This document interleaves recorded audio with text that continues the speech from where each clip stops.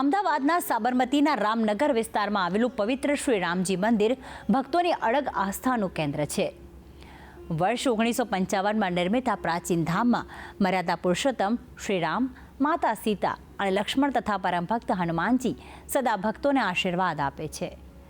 આ મંદિર માત્ર ઉપાસનાનું સ્થળ નહીં, પરંતુ શ્રદ્ધા, સેવા અને સામાજિક એકતાનું પ્રતીક બનીને ભક્તોને આત્મિક શાંતિનો અનુભવ કરાવે છે. તો આવો દર્શન કરીએ શ્રી રામના આ સુંદર ધામના. અમદાવાદના રામનગરમાં આવેલ છે રામજી મંદિર, જ્યાં શ્રી રામ સંગ બિરાજે છે માતા સીતા અને લક્ષ્મણ.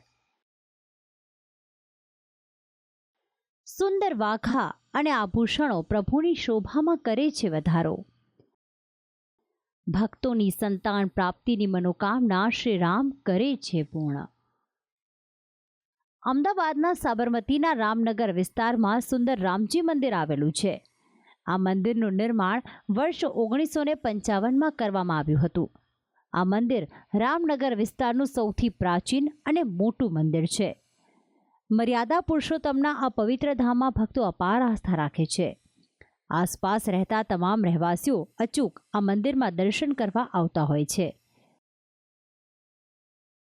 આ મંદિરમાં ભગવાન શ્રી રામની સાથે માતા સીતા અને ભાઈ લક્ષ્મણ પણ દર્શન આપે છે. તો સાથે સાથે પ્રભુ શ્રી રામના પરમ ભક્ત એવા હનુમાનજી પણ તેમની નિકટ બિરાજમાન જોવા મળે છે. આ મંદિરની વિશેષતા એ છે કે આ ધામમાં અન્ય દેવી દેવતાઓના ભક્તોને દર્શન થાય છે, જેમાં પ્રેમ અને ભક્તિનું પ્રતીક એવા રાધા કૃષ્ણ, હનુમાનજી, વિષ્ણુ ભગવાન, ભગવાન વિશ્વકર્મા, સત્યનારાયણ, ગણપતિ બાપાના પણ દર્શન થાય છે.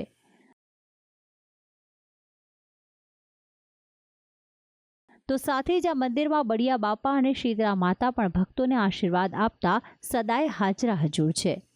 આ પવિત્ર ધામમાં એક શિવાલય પણ આવેલું છે. મંદિરમાં અમે 20 વર્ષથી આવીએ છીએ. મંદિરમાં શ્રદ્ધા ભક્તિથી મહારાજ બધી પૂજા વાર્તા બધું કરાવડાવે છે. મંદિરમાં ભજન કીર્તન થાય છે. નવા બધા ફંક્શન થાય છે. નવરાત્રિ તો નહીં, પણ રામનવમી હોય, જન્માષ્ટમી હોય, ઉત્સવ સારો ઉજવાય છે. અહીંયા સેવા પણ બધા સારા લોકો આપે છે.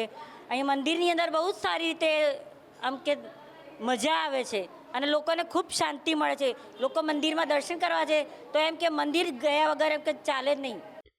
આ મંદિરમાં દરેક તહેવારોની ખૂબ જ ધામધૂમપૂર્વક ઉજવણી કરવામાં આવે છે, જેમાં રામ જન્મોત્સવના દિવસે મંદિરને ફૂલોથી શણગારવામાં આવે છે અને ભજન કીર્તન દ્વારા રામજીની ભક્તિ કરવામાં આવે છે. તો સાથે સાથે આ દિવસે ભક્તો પારણા બાંધવાની માનતા પણ રાખતા હોય છે.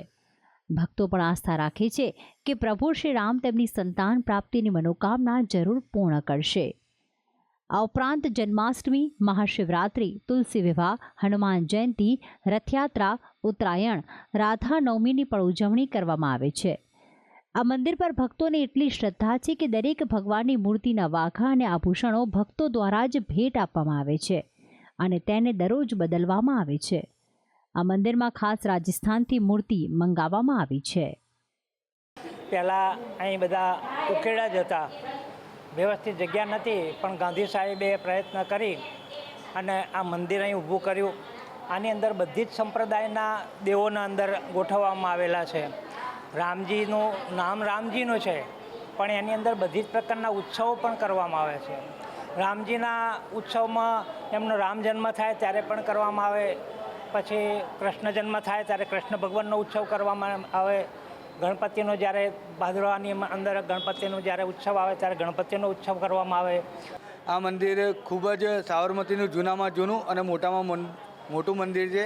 અહીંયા દરેક ભક્તોના, દરેક જ્ઞાતિના ભક્તોની ખૂબ જ શ્રદ્ધા રહેલી છે. અમે ફક્ત ટ્રસ્ટીગણ છીએ, અમે વહીવટ કરીએ છીએ, અમે મહેનત કરીએ છીએ, મેનેજમેન્ટ કરીએ છીએ. પરંતુ જો આ મંદિરની શ્રદ્ધા દિવસે ને દિવસે વધતી જતી હોય, જેની માનતાઓ પૂરી થતી હોય, તો એ ભક્તોના આધારે છે.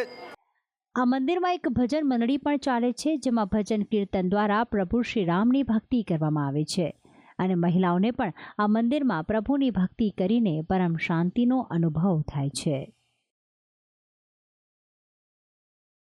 આ મંદિરની ઉપર ટ્રસ્ટનો એક હોલ પણ આવેલો છે, જેમાં સારા નરસા પ્રસંગ અને ધાર્મિક કાર્યક્રમ માટે ભક્તોને ભાડે આપવામાં આવે છે, જેમાં ભક્તો પાસેથી ખૂબ જ નજીવું ભાડું લેવામાં આવે છે. એટલે કે ભક્તો માટે આ મંદિર ધાર્મિકની સાથે સાથે સામાજિક જવાબદારી પણ નિભાવે છે. તો આ ધામમાં મર્યાદા પુરુષોત્તમ સાક્ષાત હાજરા હજુર હોય તેવો ભક્તોને અનુભવ થાય છે. ભક્તિ સંદેશ, સંદેશ ન્યૂઝ, અમદાવાદ.